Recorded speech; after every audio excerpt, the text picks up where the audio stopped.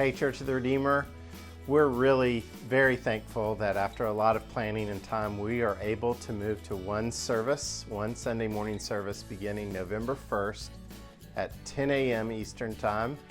And that is the weekend of daylight savings time, so you'll feel very rested to come to church that day.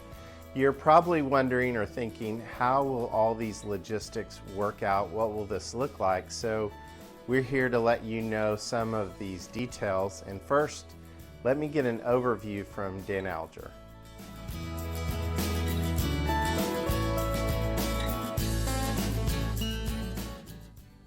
Hey Redeemer family, throughout this regathering process, your leadership here at Redeemer has been very intentional about seeking both outside expert counsel and internal feedback to learn where you would be most comfortable and safe for corporate worship. After our last survey, you responded about a third. A third would be comfortable in a service appropriately socially distanced and masked here in the sanctuary, or socially distanced and masked out in the greenhouse, or a third of you said that you would feel most comfortable at home. So as of November 1st, we are going to offer one service in all three of those locations at 10 a.m. And so we look forward to joining you in worship together in whichever one of those venues you choose to participate.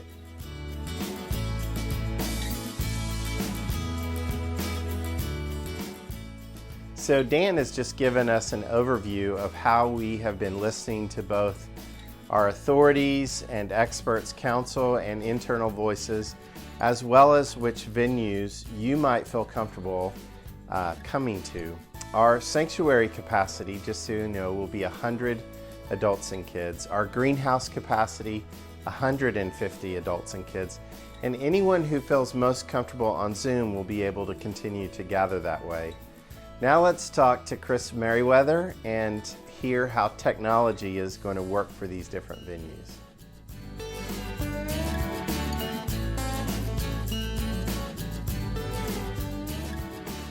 Hi everyone, I am excited to talk with you about some of the new technology we're using here at Church of the Redeemer.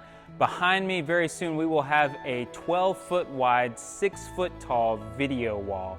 Anyone who is participating in the greenhouse service will get to view the service on this brand spanking new video wall. And in the sanctuary, we have installed several new cameras that we will incorporate into the Zoom call. So anyone who's viewing the Zoom call online will benefit from these new cameras and a much higher quality Zoom production.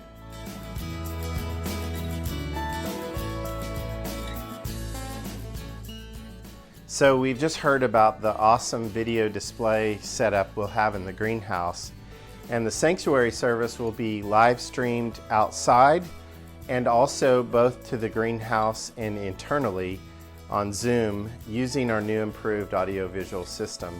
So what will the service itself look like? What will be the ways that it works once we're actually in service? Let's hear from Father Benjamin Wall to explain that to us.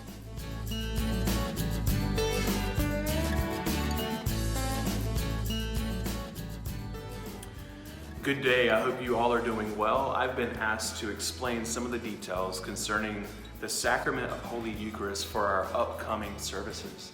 As we transition back to one service, we will be celebrating the full liturgy of Holy Eucharist with bread and wine. Starting on November 1st, we'll transition back into a fuller liturgical service in which the priest will lead us through all the Eucharistic prayers before our time of Holy Communion. In addition to these prayers, the priest and assisting clergy will prepare the bread and the wine in the service. And I want to explain and show you how this will be done. First and foremost, during our time of announcements, all clergy will go to the sacristy and wash their hands with soap and warm water for 20 seconds. They will return to the altar to help prepare the bread and wine, and we are all requiring each other to wear a mask around all of the elements up here. For the purposes of this video, I'm not going to put this on, but I will be wearing a mask come Sunday for the services. In addition to washing our hands in the sacristy and having a mask on for extra measure, we will all sanitize our hands accordingly. And then we will begin to prepare the bread and wine using medicine drippers, where we will take the wine from the chalice and soak the bread. After the sacrament has been prepared, the clergy will administer Holy Communion to the congregation in both the greenhouse and the sanctuary. And to ensure proper social distancing protocols, we'll have one station in each venue where you will be able to receive regular bread and wine or allergy-free bread and wine. Now, in case you're thinking, what about me? Or what about those who cannot attend the service? We will continue to offer a time for you to pick up the sacrament, but this will be by reservation only, and the time for pickup will be after the service on Sunday mornings. You will need to contact either myself, Father Benjamin Wall, or Pastor Alan Hawkins. Our contact information is available on our website as well as in the weekly church-wide emails. Now, if you're unable to attend and for some reason you're unable to pick up the sacrament of Holy Eucharist after our service, then we will continue to offer the prayer for spiritual communion during our service, and that will be provided on the screen as well as in the service guides during the time of our services.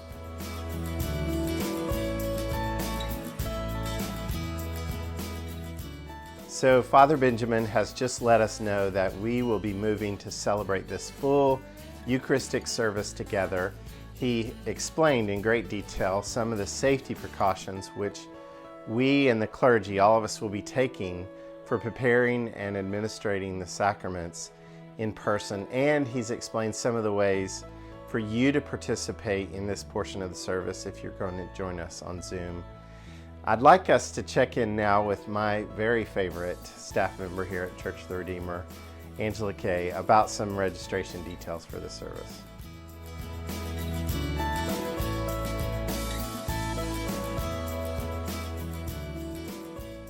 Good morning, church family. We are looking forward to being with you again on November 1st at 10 a.m. and we look forward to seeing you then. I'm telling you how to register. You need to register either on the website or on the link below. Click that. Each week you have to register. When you come, we ask that you come early, wear your mask. Our wonderful team of volunteers will take your temperature, then they will check you in. And if you're going into the greenhouse, make sure you bring your own chairs and sit those 6 feet apart from each other. And then if you're coming into the sanctuary, our team of volunteers will seat you and make sure that you're social distanced from other families. We look forward to seeing you on Sunday at 10.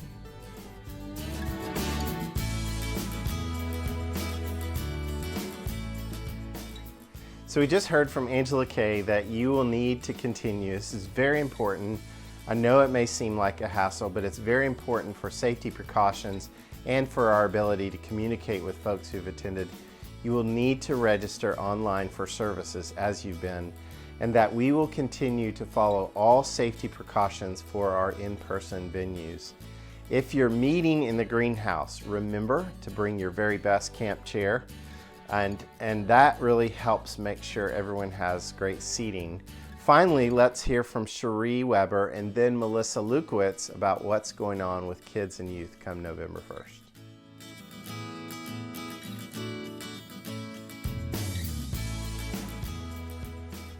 Hey church family, on November 1st, we will not be having classes for your children during the service, and that includes nursery, but we will continue to have our classes after the service like we've been doing.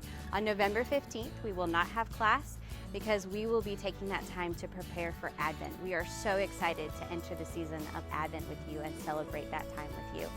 I look forward to seeing you on November 1st for one service. Hello, we are looking forward to continuing to have our middle school and high school classes immediately following the 10 a.m. worship service. So this means that our classes will go from 11:15 to 12 o'clock. Our middle schoolers will be doing drama of scripture still, and they will meet at the outdoor chapel. And our high schoolers will continue to be in the medicinal garden from 11:15 to 12 doing AP theology. And if for some reason we have an issue with weather, then we'll adjust where we're meeting. But we are looking forward to still continuing those classes.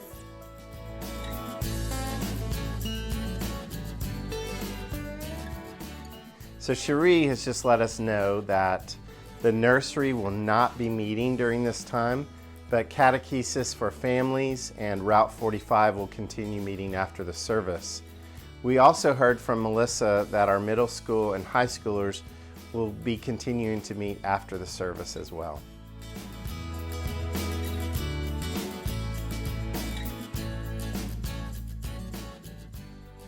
In closing, there's a few things that I wanted to communicate, and thank you for taking time to watch this video. These details were very important for us.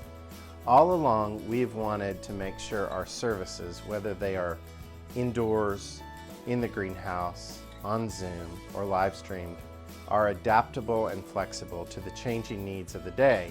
For instance, we know that COVID cases are on the rise in several states. So we are watching very clearly about that, and if we have to adjust, we are now very prepared as a church to adjust up or down in these things. And we will let you know if things change that we need to address. We're also, again, very thankful for this chance to gather corporately together in one service on November 1st. And we'll be including in a link on a document that we'll send with you all of this information in the description below. In this weekly email and on our Facebook page, check those things out. They're great places to get other information also. Can't wait to see you all on November 1st, and I hope that you have a blessed week.